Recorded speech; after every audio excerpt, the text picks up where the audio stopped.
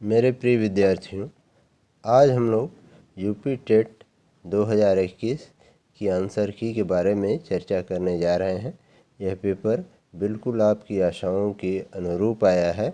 मुझे उम्मीद है कि आप सभी लोग इसको क्वालिफाई करेंगे, अच्छे मार्क से क्वालिफाई करेंगे।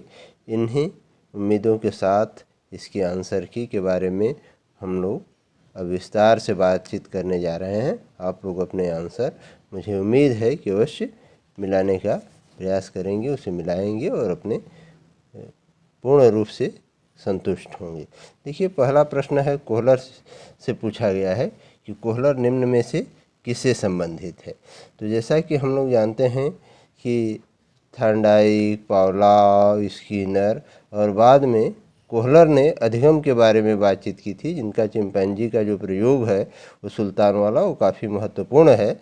इसलिए इसका दूसरा आंसर सही होता है, अधिगम के सिद्धांत से संबंधित है कोहलर।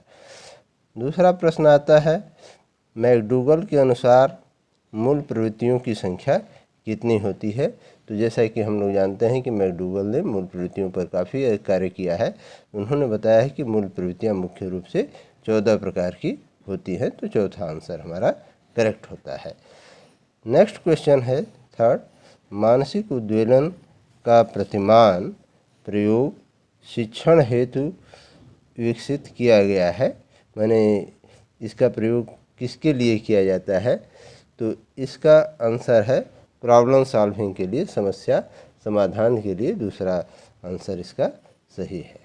ठीक है, अब हम लोग बात आते हैं चौथे प्रश्न पर कि निम्न में से किसके प्रयोग में कुत्ता एक विषयी था। कुत्ते पर किसने प्रयोग किया था। तो आप लोग जानते हैं कि पावलोव जो थे वे एक शरीर क्रिया वैज्ञानिक थे, बाद में वो शिक्षा शास्त्री बने। इन्होंने कुत्ते पर प्रयोग किया था और कंडीशनड रिफ्लेक्स थियरी इन्होंने बनाई थी। शास्त्रीय अनुबंधन का सिद्धांत भी इन्होंने दिया था। तो ये हमारा चौथा आंसर पावलोव सही होता है। अब बात आती है पांचवें क्वेश्चन पर हम आते हैं, मौलिकता, नमनीयता तथा प्रवाह निम्न में से किसके घटक हैं। तो इसमें हम लोग देखते हैं कि क्रिएटिविटी में ये तीनों घटक मौजूद होते हैं। तो जिस बच्चे में ये तीनों घटक हैं, तीनों कंपोनेंट हैं, उसे हम सृजनात्मकता की श्रेणी में रखते हैं, जिसमें मौलिकता भी हो, नमनीयता फ्लेक्सिबिलिटी भी हो और फ्लुएंसी भी हो, ओरिजिनलिटी हो। तो वो क्या होता है, वो क्रिएटिव बच्चा होता है। तो ये इसका उत्तर चौथा होगा, सृजनात्मकता। ठीक है, नेक्स्ट क्वेश्चन पर हम आते हैं, युयुत्सा जो है वो क्या है। तो युयुत्सा जैसा हम जानते हैं कि यह एक मूल प्रवृत्ति है। ठीक है, संवेग से मिलती जुलती है, लेकिन ये मूल प्रवृत्ति है। कुछ लोगों की मूल प्रवृत्ति होती है लड़ाई झगड़ा करना, कुछ बच्चों में, तो इससे हम मूल प्रवृत्ति के अंतर्गत मानते हैं। मैकडूगल ने इसे मूल प्रवृत्ति माना है। ठीक है, ओके, पहला आंसर सही। फिर सातवां है, बालकों के सामाजिक विकास को प्रभावित करने वाले तत्व कौन कौन से हैं। तो इसमें बिल्कुल क्लियर है, लिखा हुआ है फोर्स, जो इसका आंसर है कि सामाजिक परिवेशजन्य तत्व जो होते हैं वे बालकों के सामाजिक विकास को प्रभावित करते हैं। अब बात आती है आठवें क्वेश्चन की कि शारीरिक विकास का एक प्रमुख नियम निम्न में से कौन सा है। तो इसमें अगर हम लोग बात करें तो शारीरिक विकास का एक प्रमुख नियम निम्नलिखित में से कौन सा है। तो देखिए, अनियमित विकास का जो नियम है चौथा वाला, वो शारीरिक विकास का एक प्रमुख नियम है। क्योंकि जो शारीरिक विकास होता है वो जन्म से 1 साल तक बहुत तेज़ी से होता है, फिर धीमा हो जाता है। 1 साल तक आप देखिए कि बच्चों का जो वेट होता है, हाइट होती है, वो बहुत तेज़ी से बढ़ती है। फिर उसके बाद थोड़ा सा स्लो हो जाती है, फिर बाल्यावस्था में आते आते ज़्यादा स्लो हो जाती है, फिर किशोरावस्था में तेज़ी से बढ़ती है। तो यह नियमित विकास का जो नियम है, यह शारीरिक विकास का एक प्रमुख नियम है। अब हम नेक्स्ट क्वेश्चन पर आते हैं, देखते हैं कि निम्न में से कौन सा विकास का सिद्धांत नहीं है।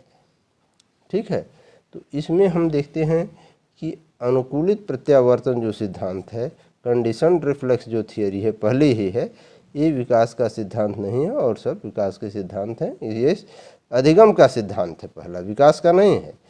ये पावलोव का सिद्धांत है, अनुकूलित प्रत्यावर्तन का सिद्धांत, कंडीशनड रिफ्लेक्स थियरी। इसलिए यह विकास का सिद्धांत नहीं है, इसलिए पहला आंसर सही होगा। नेक्स्ट क्वेश्चन पर हम बात करते हैं 10वां, विकास के परिणाम स्वरूप नवीन विशेषताएं और नवीन योग्यताएं प्रकट होती हैं। तो ये प्रसिद्ध अमेरिकन शिक्षा मनोवैज्ञानिक एलिजाबेथ हरलॉक का ये स्टेटमेंट है। तो इसमें भी हमारा चौथा क्वेश्चन सही होता है। नेक्स्ट पर आते हैं हम कि पूर्व अनुभवों के आधार पर संवेदना को अर्थ प्रदान करना कहलाता है। तो पूर्व अनुभवों के आधार पर संवेदना को अर्थ प्रदान करना प्रत्यक्षीकरण कहलाता है। सेंसेशन, उसके बाद परसेप्शन आता है प्रत्यक्षीकरण। अब हम नेक्स्ट क्वेश्चन पाते हैं कि सीखने में प्रयास एवं भूल के सिद्धांत का प्रतिपादन किसने किया था। तो हम लोग जानते हैं कि कोहलर ने चिंपैंजी पर किया था, गेस्टाल्ट ने किया, कोहलर का ही गेस्टाल्टवादी सिद्धांत है। और पावलोव ने तो कुत्ते पर किया था, उसका कंडीशनड रिफ्लेक्स है। तो हम देखते हैं कि थॉर्नडाइक जो बिल्ली पर एक्सपेरिमेंट किया था कि बिल्ली बार बार सिटकिनी खोलती थी और जो मछली को पाने का प्रयास करती थी, तो जितना समय बीतता गया प्रयास करती गई, उससे भूल जो होती है उतनी ही कम होती गई। तो यह सिद्धांत जो है थॉर्नडाइक का है।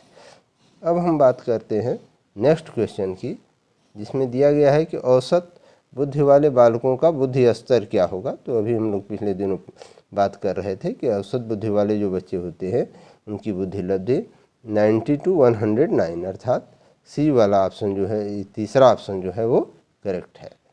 अब हम नेक्स्ट क्वेश्चन की तरफ बढ़ते हैं कि निम्न में से कौन सा तरल क्रिस्टलीय बुद्धि प्रतिमान के प्रतिपादक थे।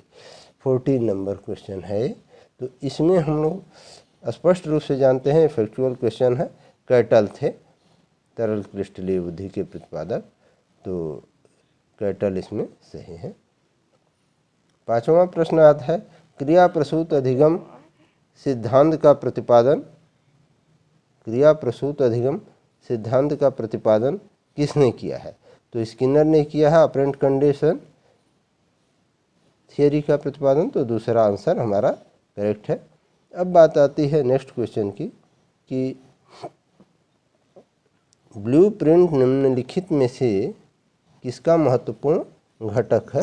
तो इसमें परीक्षण निर्माण में से पहले हम लोग ब्लूप्रिंट बनाते हैं, नील प्रपत्र बनाते हैं, जिसके आधार पर ही परीक्षण का निर्माण किया जाता है, टेस्ट फॉर्मेट तैयार किया जाता है। तो पहला आंसर इसका सही है।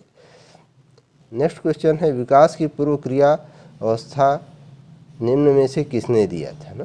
तो sensory motor, pre operational, concrete operational, formal operational, ये सब जो नाम है वो पियाजे ने दिया था। तो इसलिए इसमें चौथा आंसर करेक्ट है। अब हम बढ़ते हैं नेक्स्ट क्वेश्चन की तरफ। MPPI परीक्षण का उपयोग निम्न में से किसने किया था। तो देखिए, मुझे कुछ इसमें डाउट लग रहा है कि MPPI दिया है, जबकि होना चाहिए MMPI, मिनीसोटा मल्टीफेजिक पर्सनालिटी इन्वेंट्री की बात है। तो ये जो है वो पर्सनालिटी की इन्वेंट्री होती है, उसका टेस्ट किया जाता है। तो ये व्यक्तित्व से संबंधित है ना, व्यक्तित्व मापन में इसका प्रयोग किया जाता है। अब हम नेक्स्ट क्वेश्चन की तरफ बढ़ते हैं और देखते हैं कि अधिगम हेतु निम्न में से क्या सर्वाधिक आवश्यक है। तो देखिए, लर्निंग के लिए नीड और मोटिवेशन की बहुत ज़रूरत होती है। बिना मोटिवेशन के हम कुछ नहीं कर सकते हैं, किसी को कुछ भी नहीं सिखा सकते हैं। इसलिए अभिप्रेरणा पहला आंसर इसका बिल्कुल करेक्ट है। अब बात आती है कि शैशव काल का समय है। तो देखिए, शैशव काल का जो समय है, इसमें चौथा आंसर हमारा सही है। जन्म से लेकर के 2 वर्ष तक अधिकांश मनोवैज्ञानिकों ने इसी को माना है शैशव काल, जन्म से 2 वर्ष का समय। उसके बाद पूर्व बाल्यावस्था आ जाती है और उत्तर बाल्यावस्था आ जाती है। नेक्स्ट क्वेश्चन हमारा है, कोहलर अपने प्रयोग से यह सिद्ध करना चाहते थे कि अधिगम, इसमें देखिए बिल्कुल क्लियर है कि उन्होंने गेस्टाल्ट थ्योरी दिया है और गेस्टाल्ट थ्योरी का जो मूल चीज़ है वो समग्र परिस्थिति पर आधारित है। तो इस क्वेश्चन का पहला आंसर सही है। और अब हम बात करते हैं नेक्स्ट क्वेश्चन की, पाठ योजना की पंचपदीय प्रणाली किसने प्रतिपादित की। तो पंचपदीय प्रणाली के प्रतिपादक हर्बार्ट हैं। चौथा आंसर हमारा करेक्ट है। अब हम आते हैं निम्नलिखित में ग्रंथियों के आधार पर व्यक्तित्व के विभिन्न प्रकारों की चर्चा किसने की है, ग्लैंड्स के आधार पर। तो इस क्वेश्चन में हम देखते हैं कि कैनन ने ग्रंथियों के आधार पर व्यक्तित्व के विभिन्न प्रकारों की चर्चा की है, तो हमारा तीसरा आंसर करेक्ट होता है। अब बात आती है कि सृजनात्मकता मौलिक परिणामों को व्यक्त करने की मानसिक प्रक्रिया है, यह कथन किसका है? तो ये कथन क्रो एंड क्रो का है, तो दूसरा आंसर हमारा करेक्ट होता है। नेक्स्ट हम बात करते हैं, नेक्स्ट क्वेश्चन की तरफ अब हम लोग आते हैं और देखते हैं कि बीएफ स्किनर के अनुसार बच्चों में भाषा का विकास होता है। तो स्किनर ने हमेशा प्रबलन पर जोर दिया है, रीइंफोर्समेंट पर जोर दिया है, इसलिए इसमें हमारा तीसरा ऑप्शन सही है। अनुकरण एवं प्रबलन के फलस्वरूप बच्चों में भाषा का विकास होता है। अब हम आते हैं नेक्स्ट क्वेश्चन की तरफ, जो कि अभी पीछे हम लोग देखे थे वही क्वेश्चन देखिए रिपीट इसमें हो रहा है कि मूल प्रवृत्तियों को 14 प्रकार से किसने वर्गीकृत किया है? तो ये सीधे सीधे मूल प्रवृत्तियों का संबंध मैकडूगल से है, तो हमारा चौथा आंसर जो है ऑप्शन जो है वो सही होता है। तो देखिए एक ही क्वेश्चन को इसमें 2 बार रिपीट किया गया है, 2 रूपों में। 27वां नेक्स्ट क्वेश्चन है, किसी दूसरी वस्तु की अपेक्षा एक वस्तु पर चेतना का केंद्रीकरण अवधान है, यह कथन किसका है? तो यह कथन डम्बेल का है। पहला ऑप्शन जो है हमारा फर्स्ट ऑप्शन करेक्ट है। अब हम आते हैं, देखते हैं नेक्स्ट क्वेश्चन की तरफ बढ़ते हैं कि निम्न में से किसका नाम सुजन शास्त्र के पिता के रूप में जुड़ा हुआ है? तो गाल्टन का नाम है, बिल्कुल करेक्ट आंसर है, इसमें कोई डाउट ही नहीं है। नेक्स्ट हम बढ़ते हैं, 12 से 16 वर्ष के बालकों में हिंदी हेतु हिंदी में डॉक्टर एस जलोटा ने कौन सा परीक्षण प्रतिपादित किया है? तो साधारण मानसिक योग्यता परीक्षण का इन्होंने प्रतिपादन किया है, इन्होंने बताया है। और अंतिम क्वेश्चन हम लोगों का है लास्ट क्वेश्चन, बुद्धि के द्विकारक सिद्धांत का प्रतिपादन किसने किया है? तो जैसा कि हम लोग जानते हैं कि स्पीयरमैन ने किया है। इसमें 2 फैक्टर आते हैं, general ability and special ability, G and S. तो इस प्रश्न का हमारा उत्तर 4th ऑप्शन होगा, स्पीयरमैन। तो इस तरह से हम लोगों ने बहुत ही संक्षेप में सारे प्रश्नों के आंसर देखा है और मुझे उम्मीद है कि आप लोगों के भी सभी प्रश्न सही होंगे और आप लोग निश्चित ही क्वालिफाई करेंगे, अच्छे नंबरों से क्वालिफाई करेंगे। और इस तरह की जानकारी के लिए हमारे चैनल को आप सब्सक्राइब करें, इसको शेयर करें, ताकि इस तरह की जानकारी आप लोगों को बराबर मिलती रहे।